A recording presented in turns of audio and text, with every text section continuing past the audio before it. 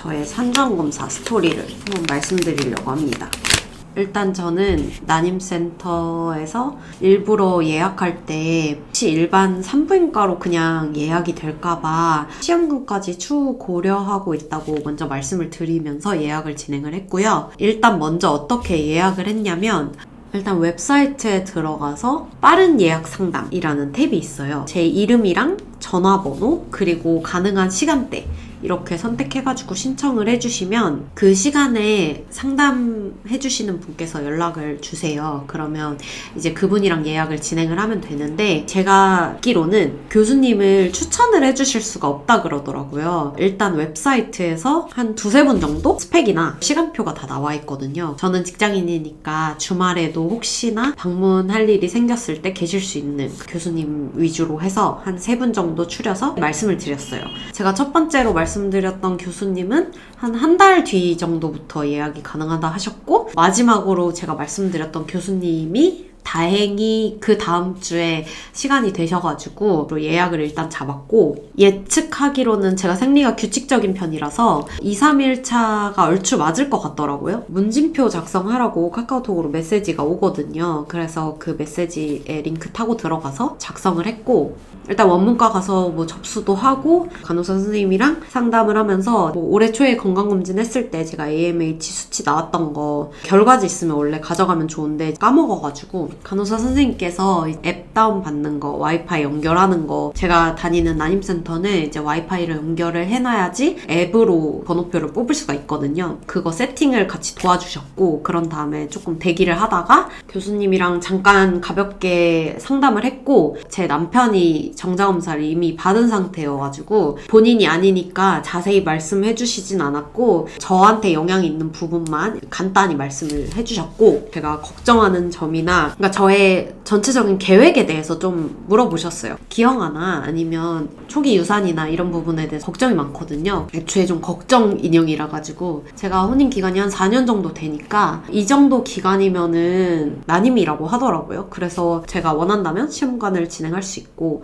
교수님이랑 상담 이후에 일단 거기 앞에서 간호사님이 나오자마자 다음 일정 잡아주셨고, 그런 다음에 안내를 해주셔서 체열실 가서 심전도 그 옷 벗고 집게 같은 걸로 찝어가지고 검사 있잖아요.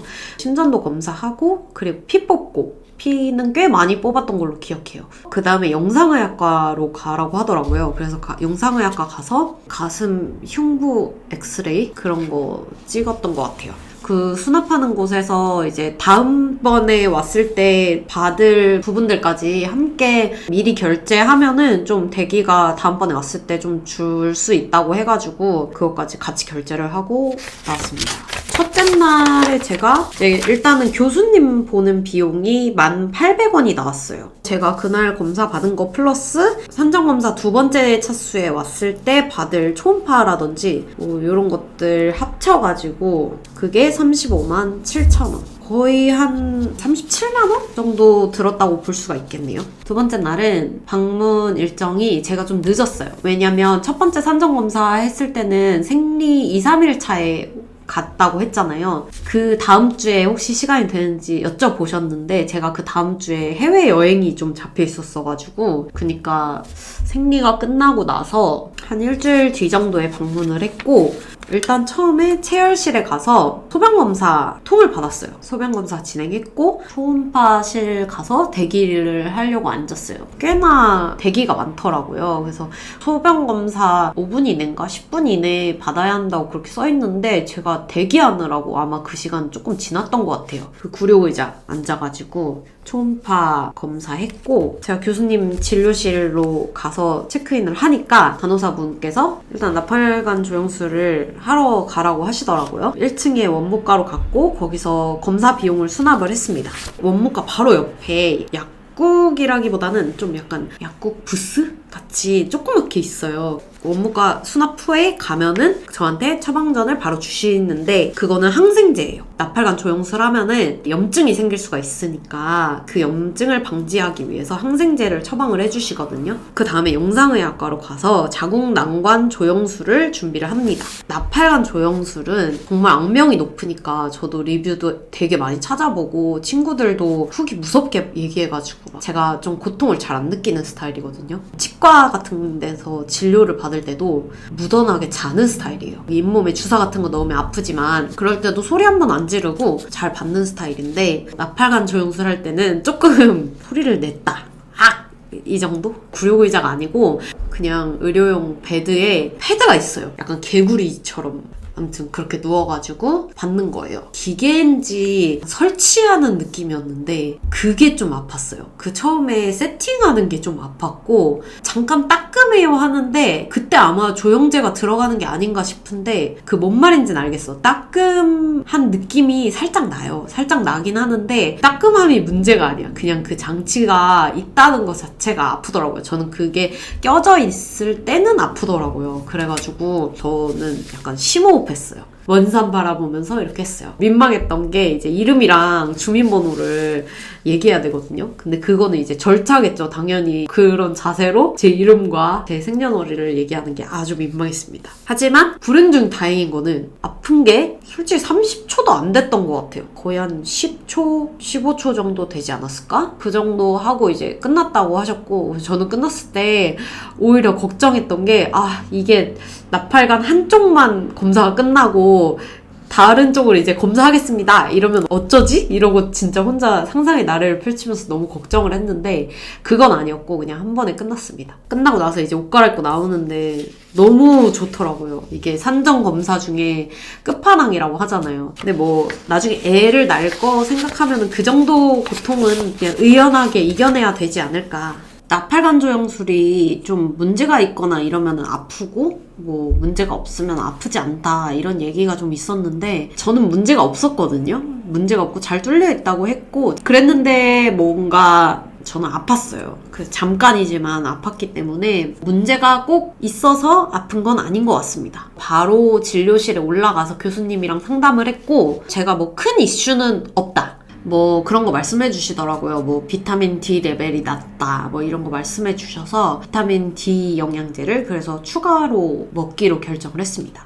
AMH도 그 건강검진할 때 받았던 거는 1.88인가 그랬는데 이번에 검사했을 때 2.4가 나왔더라고요. 근데 2.4면은 높아진 건데 이게 AMH는 높아지지 않는 걸로 알고 있거든요. 제가 막 약간 기뻐하는 듯이 보이니까 또 저희 선생님 약간 T시거든요. 그래가지고 뭐 높아진 건 아니고 그냥 병원마다 장비마다 조금 다를 수 있다. 근데 비슷한 수준이다. 그냥 이렇게 얘기하시더라고요.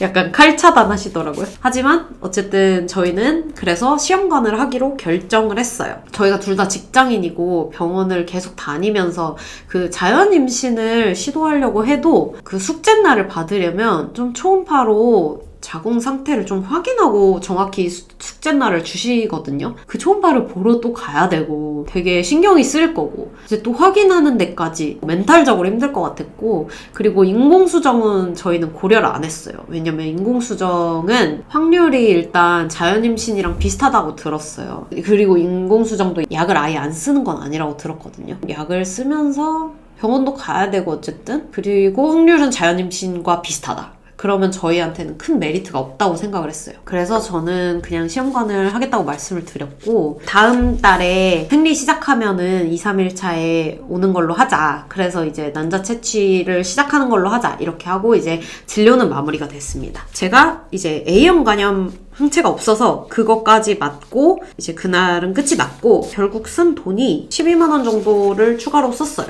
꽤 많이 들었죠. 산정검사만으로 돈이 얼마나 들었냐? 한 대략 50만 원 돈 든 것 같아요. 산정검사는 이렇게 많이 드는데도 국가 지원이 안 되더라고요. 근데 시험관은 지원이 된답니다. 여기까지가 저의 산정검사 스토리였고요. 저는 2번 방문에 모든 검사를 다 마칠 수가 있었고, 그거는 제가 첫 번째 방문을 생리 2, 3일 차에 갔기 때문이다. 제가 많은 것들을 첫날에 끝내고, 그리고 나팔관 조영술이랑 초음파 같이 제가 좀 생리 끝나고 가야 되는 것들을 다음 차수에 진행할 수 있었기 때문에 2번으로 끝이 난 거고, 만약에 생리 2, 3일 차에 가지 않으면 3번을 가야 될 수도 있다고 저는 얘기를 들었어요. 꼭 생리 2, 3일 차에 웬만하면 가시는 게 좋을 것 같아요. 왜냐면 병원 생각보다 가는 게 되게 피곤해요. 왜냐면 가서 대기도 많고, 저 같은 직장인분들은 힘들다. 스케줄을 보니까 주말에만 할 수가 없어요. 그리고 제일 중요한 게 나팔관 조영술까지 다 해야지 국가 지원을 받을 수 있더라고요. 인공수정을 하던지 시험관을 하던지 국가 지원을 신청을 해야 되는데 철저하게 좀 준비하셔서 2번 만에 끝내시는 것을 추천드립니다. 좀 영상으로 다뤄줬으면 좋겠다 하는 부분들이 있으시면은 댓글로 남겨주시면 영상을 야무지게 준비해 보도록 하겠습니다. 감사합니다.